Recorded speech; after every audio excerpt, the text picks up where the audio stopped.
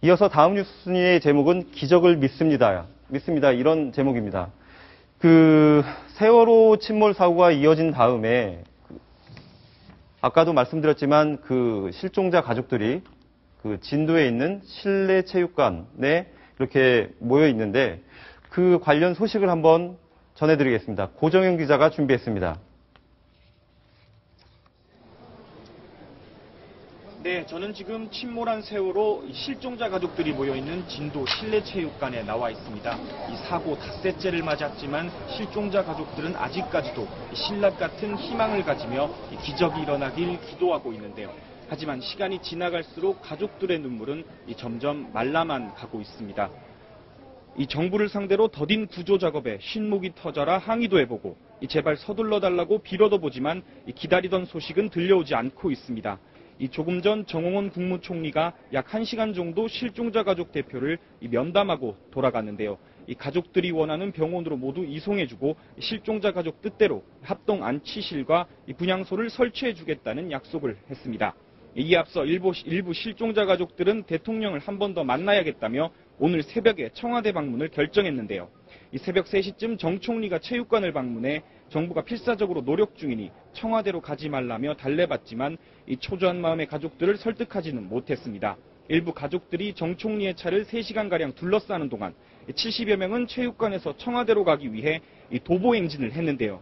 4시간을 걸어서 약 12km 떨어진 진도대교 앞까지 갔지만 경찰 병력에 가로막혔습니다. 실종자 가족들은 좀 더 체계적인 사고 수습과 빠른 수색 작업을 요구하며 청와대로 가는 길을 열어달라고 경찰과 충돌한 겁니다.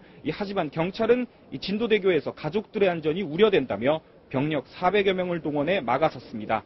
약 3시간 동안 대치했지만 경찰이 정 총리의 체육관 면담을 다시 주선하면서 가족들은 농성을 풀게 됐습니다. 지금까지 진도 실내체육관에서 채널A 뉴스 고정현입니다. 고정현 기자의 저 뉴스를 보더라도 그 실종자 가족들의 분노가 얼마나 큰지에 대해서 저희가 확인할 수가 있는데 사실 이번 사고의 원인을 어떤 누구 한 사람의 책임만으로 돌리기는 어려울 것 같습니다. 어떻게 보십니까? 예. 이렇게 큰 사고의 경우는 일종의 누적적 사고라고 해서 여러 가지 지금까지 관리하지 못했던 그런 요인들이 한꺼번에 터져서 일어난 사고를 할 수 있는데요. 그만큼 저런 사고는 그 나라가 얼만큼 선진화되어 있느냐를 보여주는 가장 시금석이라고 할 수 있습니다. 특히 이번 사고의 경우에는 물론 사고도 사고지만 사고 이후에 정부의 대처가 너무 큰 문제였는데요.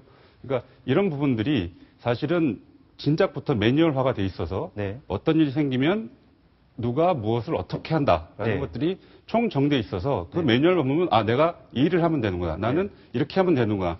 라는 것들이 종합 정리가 돼 있어야 되는데 이번에는 그런 것이 하나도 돼 있지 않다는 것을 역설적으로 보여준 것입니다. 이 박근혜 대통령 정부가 행정안전부를 안전행정부로 바꾸면서 내세운 게 국민들의 안전을 최우선하겠다고 이름 하는 바꾼 건데 거는 원래 안전을 더 강조하겠다 이런 취지였지 않습니까? 예, 그렇습니다. 그럼에도 불구하고 이름 바꾼 것이 거의 아무 효과가 없다는 것을 보여준 것입니다.